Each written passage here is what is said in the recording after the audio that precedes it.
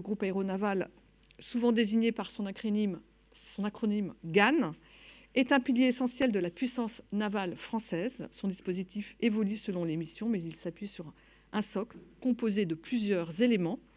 Grâce à sa combinaison de moyens maritimes, sous-marins et aériens, le GAN est en mesure d'opérer en mer loin, longtemps, et sur un panel de missions très large. Qualifié d'outil d'agilité stratégique par le président de la République, le GAN témoigne de la capacité de projection de puissance de la France. Il représente un instrument essentiel au service de la défense nationale. Il joue également un rôle important pour la sécurité et la coopération internationale. Mais je vais maintenant céder la parole au contre-amiral Mallard qui vous présentera plus en détail justement le GAN et la mission Clemenceau 25. Amiral, c'est à vous. Merci Madame la Directrice. Je suis effectivement le contre-amiral Jacques Mallard. Je commande la force aéromaritime française de réaction rapide qui est basée à Toulon. Et cette force, qui est aussi nommée French Strike Force, commande à la mer des forces navales, qu'elles soient amphibies, de guerre des mines et du groupe aéronaval. Très rapidement, j'ai commencé ma carrière dans le groupe aérien embarqué pendant une quinzaine d'années en tant que pilote de super-étendard. Et ensuite, j'ai eu la chance de retrouver les bateaux au sein de la force d'action navale jusqu'à en commander un et de participer à plusieurs missions et déploiements du porte-avions Charles de Gaulle. Après 4 ans à l'échelon central en interarmée ici à Paris et à Balard, eh bien, je suis retourné à Toulon près des pontons pour commander la force aéromaritime de réaction rapide. Pour revenir sur le porte-avions, comme vous le savez sûrement, le Charles de Gaulle a repris la mer en septembre dernier après une petite période d'entretien. Cette remontée en puissance et d'entraînement avait pour but essentiellement de requalifier l'équipage et de qualifier les jeunes pilotes du groupe aérien embarqué, pilotes de Rafale ou pilotes de Hawkeye.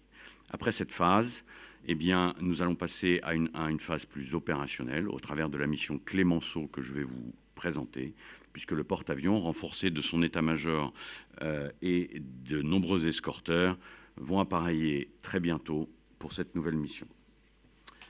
Très rapidement, tout de même, avant d'aller dans le vif du sujet pour la mission, je voudrais, si ça ne vous ennuie pas, vous présenter en détail ce qui constitue la force du groupe aéronaval, en particulier les unités et les équipages, qui, au travers de leur capacité accumulée, de leur savoir-faire, renforcent cette puissance de feu dont vous avez parlé. Est-ce qu'on peut juste vous montrer la petite vidéo, s'il vous plaît ?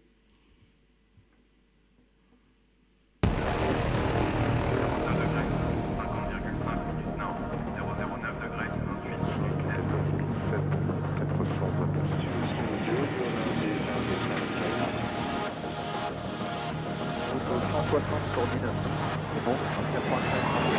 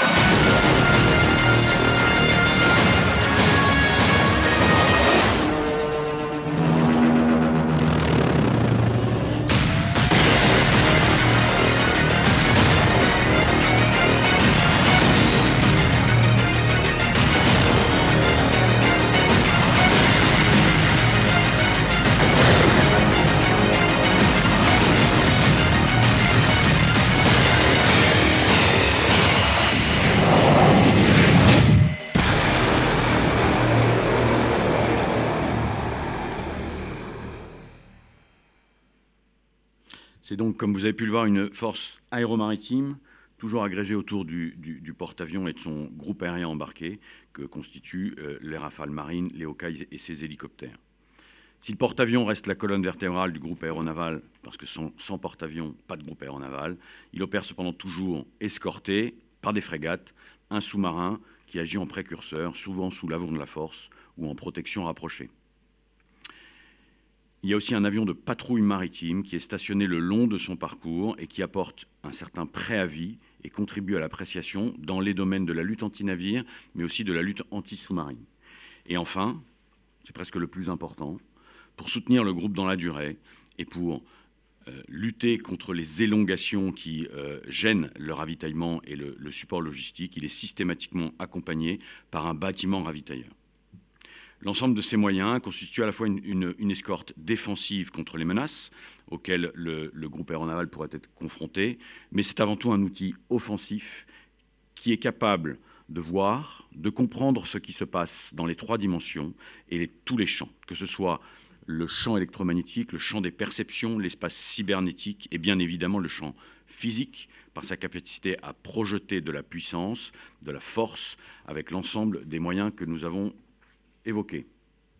Le groupe aéronaval est donc une force efficacement protégée par un dispositif qui lui permet d'identifier et de neutraliser à peu près tout type de menace, qu'elles soient aériennes, de surface ou sous-marines, à longue distance comme à distance beaucoup plus rapprochée. Cette défense est renforcée par la mobilité et la manœuvrabilité que lui confère son essence même de navire de combat. Et donc il faut avoir en tête qu'un groupe aéronaval peut être 1000 km plus loin le lendemain.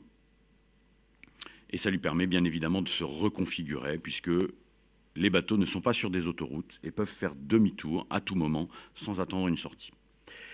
Le GAN détient donc une puissance de frappe assez conséquente, auquel vient se rajouter les missiles de croisière navale embarqués sur les frégates multimissions ou les sous-marins, le système de croisière conventionnel autonome à longue portée qui est embarqué par les Rafales, et le missile de supériorité aérienne à très longue portée Météor, aussi emporté par les Rafales. Il permet d'apporter un éclairage, de traduire une insertion, mais surtout de produire des effets dont la granularité dépend du niveau stratégique. Pour ce faire, il utilise la liberté des mers. Il se positionne et envoie ses chasseurs et ses avions de guet aérien à plusieurs centaines de kilomètres et il les récupère plusieurs heures plus tard de manière totalement autonome. Le groupe aéronaval dispose d'une remarquable capacité à durer sur un théâtre d'opération qui lui permet de maintenir un message, que ce soit un message de pression, un message de réassurance pendant de longues périodes et d'appuyer ainsi une manœuvre diplomatique. Sur le plan de la dissuasion nucléaire, le groupe aéronaval est un atout puisqu'il contribue directement à la force aéronautique nucléaire, qui est une capacité rare et unique.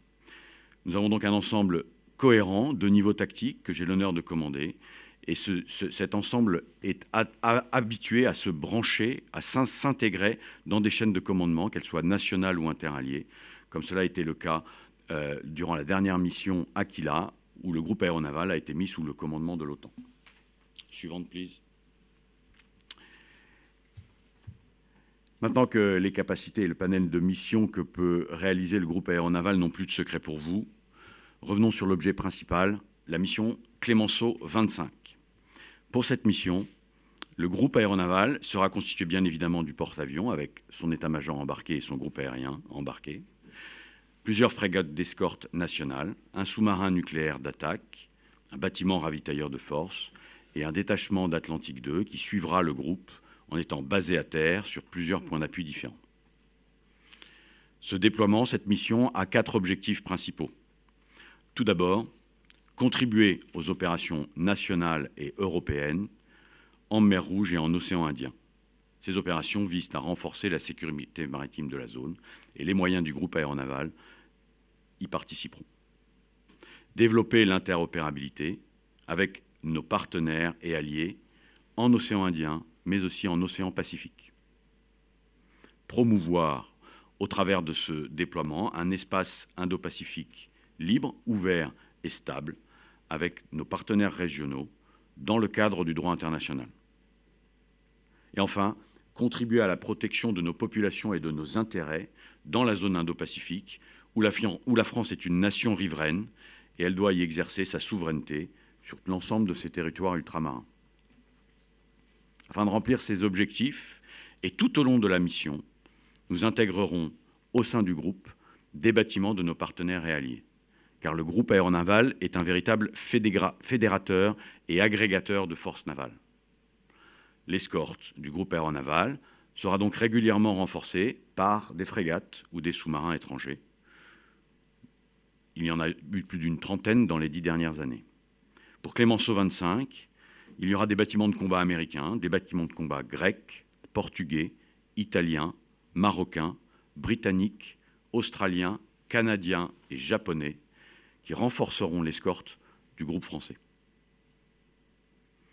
Après le transit en Méditerranée et en mer Rouge, nous participerons à l'exercice bilatéral annuel Varuna qui contribue au maintien de l'interopérabilité entre les marines françaises et indiennes, l'Inde étant un partenaire essentiel dans l'océan Indien. La phase majeure de coopération opérationnelle de la mission se déroulera avec nos alliés et partenaires à l'est de l'océan Indien, à l'occasion de l'exercice La Pérouse, exercice durant lequel nous travaillerons avec les marines des pays riverains de l'archipel indonésien autour du thème de la sécurité maritime des trois détroits principaux.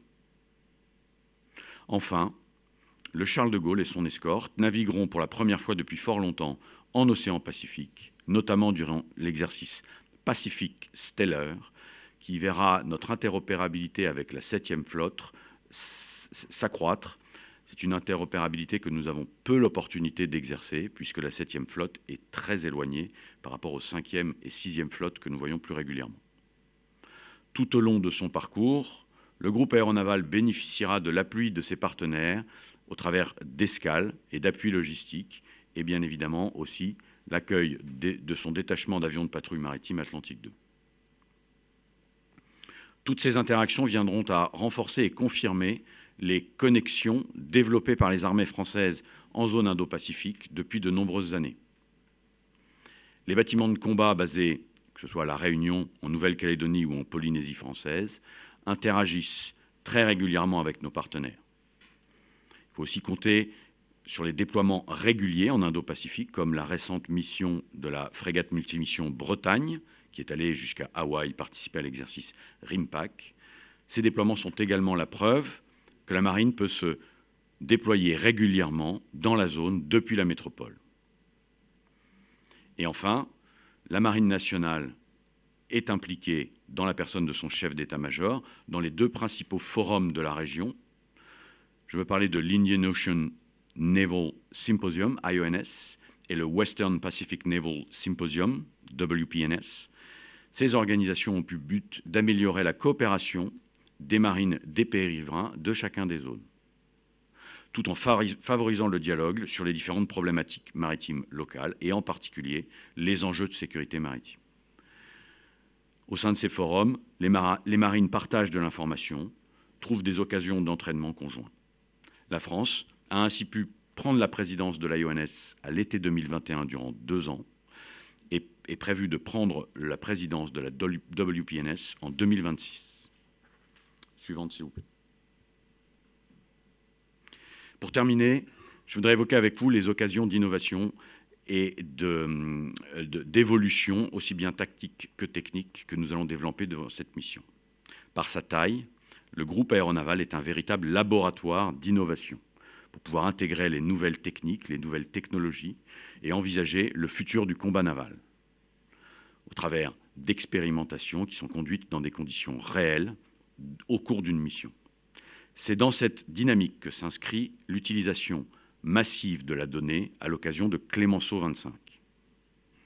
Plusieurs data centers seront embarqués au sein de la force. Ils permettront de disposer d'une capacité à collecter, exploiter et partager la donnée, afin d'augmenter notre capacité d'analyse au sein de la force, mais aussi au travers de nos échanges avec les alliés. L'objectif de cette expérimentation est d'acquérir et de conserver l'ascendant informationnel en libérant du temps pour gagner en hauteur de vue. Cette hauteur de vue sera utilisée pour une prise de décision plus rapide et plus efficace, non seulement pour le bénéfice de l'état-major, mais aussi au profit des commandants des différents bâtiments de combat.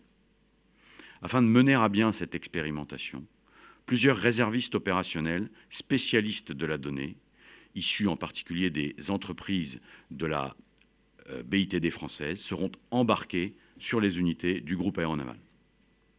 De manière plus concrète, les data centers pourront nous permettre d'extraire les données de nos senseurs, de les mettre en commun avec celles issues de l'historique du théâtre et de parvenir à en tirer une analyse pertinente, essentielle en tant qu'aide à la décision.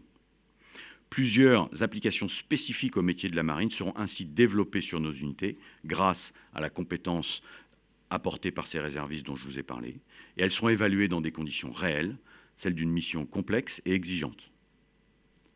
Ce projet est intégré à la démarche plus globale à l'échelle de la Marine nationale. Cette démarche est appelée Signal, pour supériorité informationnelle pour la guerre navale. Cette démarche vise à structurer les systèmes autour de la donnée dans tous les domaines, que ce soit pour le combat, le commandement, la maintenance ou bien la formation du personnel.